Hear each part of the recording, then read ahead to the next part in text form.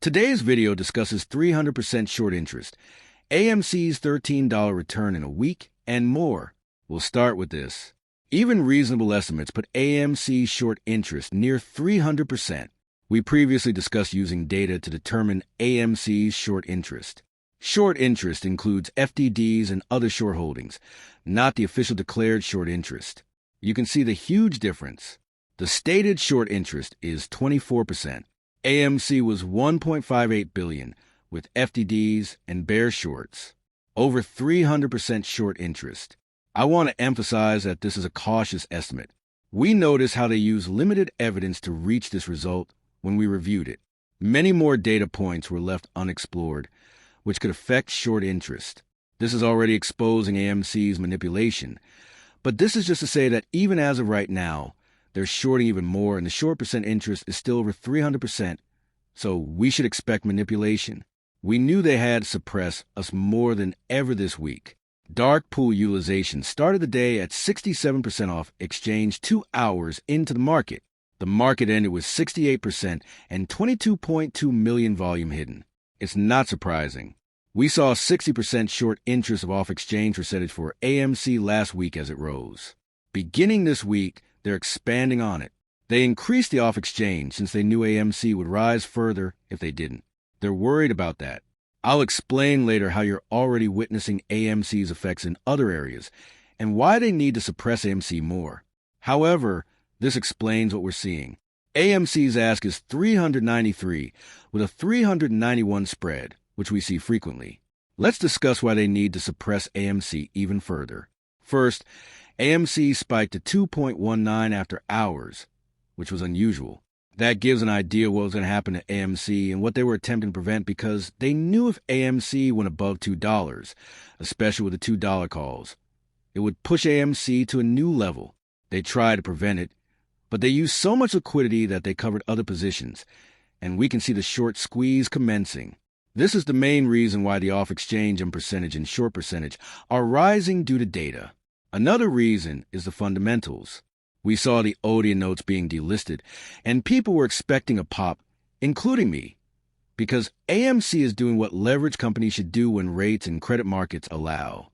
AMC cleaning up its balance sheet without dilution or bankruptcy drama is ambiguously excellent for corporation. As Adam Aaron could say, we witnessed how nicely AMC's balance sheets are cleaning up, and we talk about how this will attract fundamental investors who are seeking for cheap companies with rapid improvements. Thus, we anticipated additional investment. Remember, new cash came in. Capital influx was known from inflow-outflow. It didn't affect the price as expected because the off-exchange increased this week, unlike last week. They see positive news for AMC in their efforts. They can talk about it after preventing AMC from rising, which we predict. Attacking that point is possible. However, we know that AMC isn't rising because people are hiding purchasing pressure. Similar to the $2 calls, this is another major factor. They're trying to push us back to a low and prevent $2 calls from going to money. They want to avoid last week's situation this week. We broke over the 150 call last week and maintained it. We saw the shorts repercussions.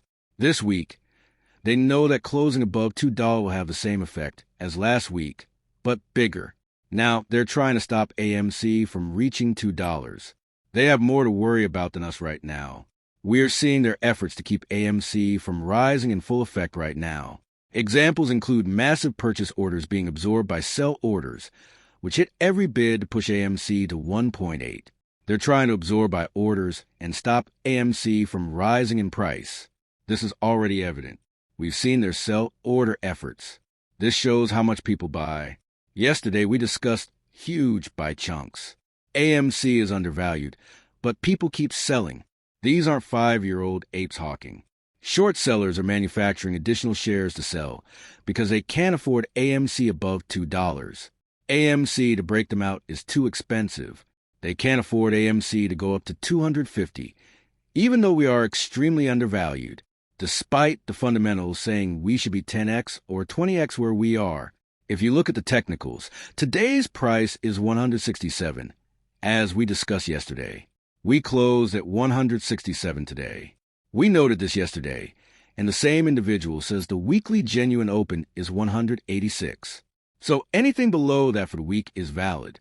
When we move, we may hit $13 in a week. On this channel, we discuss price targets with understandings, but we can never specify exact time. I'm mentioning this since the volume and understanding are building up so much pressure. We know short sellers are covering other positions. Their liquidity is dwindling. If the run for AMC begins, it will likely rise. We can see $13 in a week, and that it can go higher. We're in that position presently.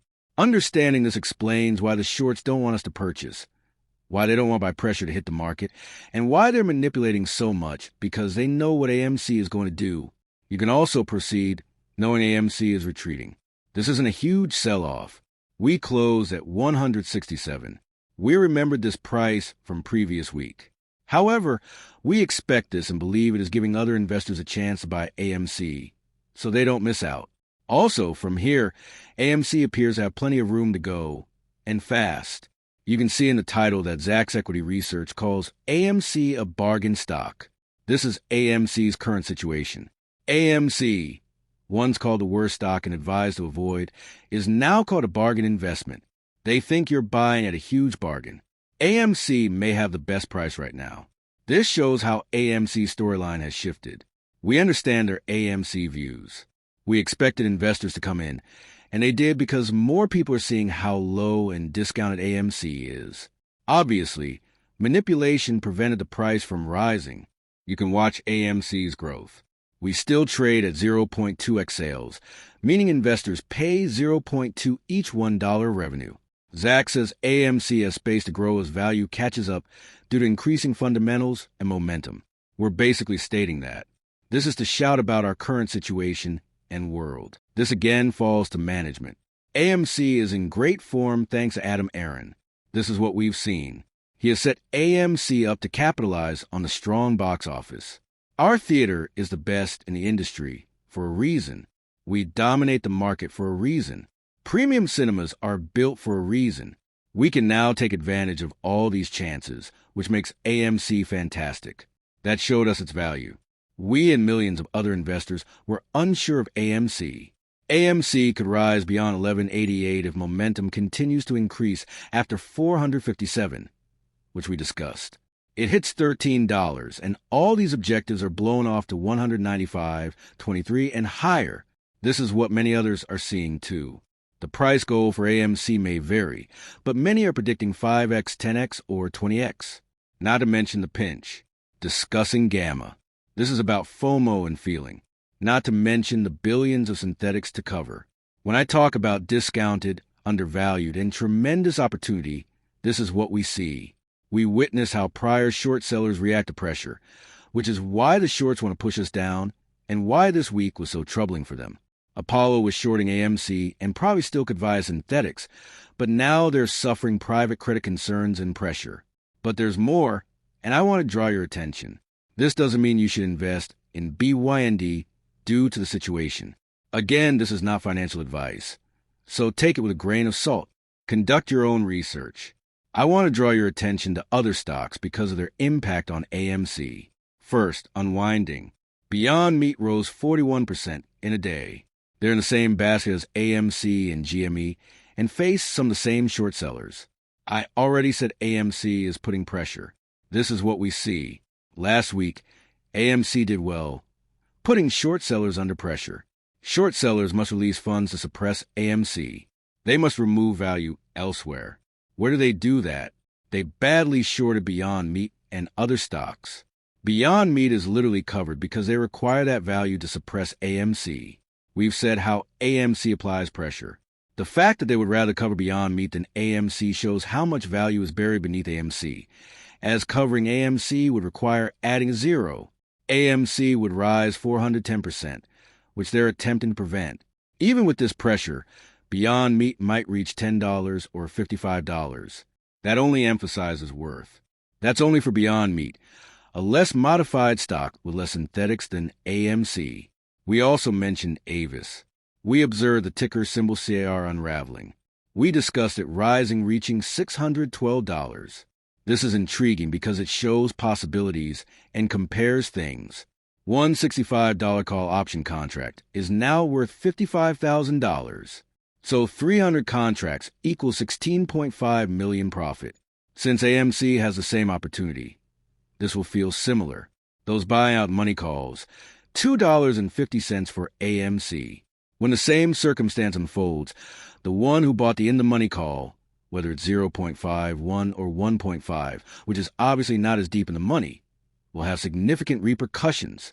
Since AMC and GME have been manipulated the most, the shorts are trying to prevent this from happening to AMC.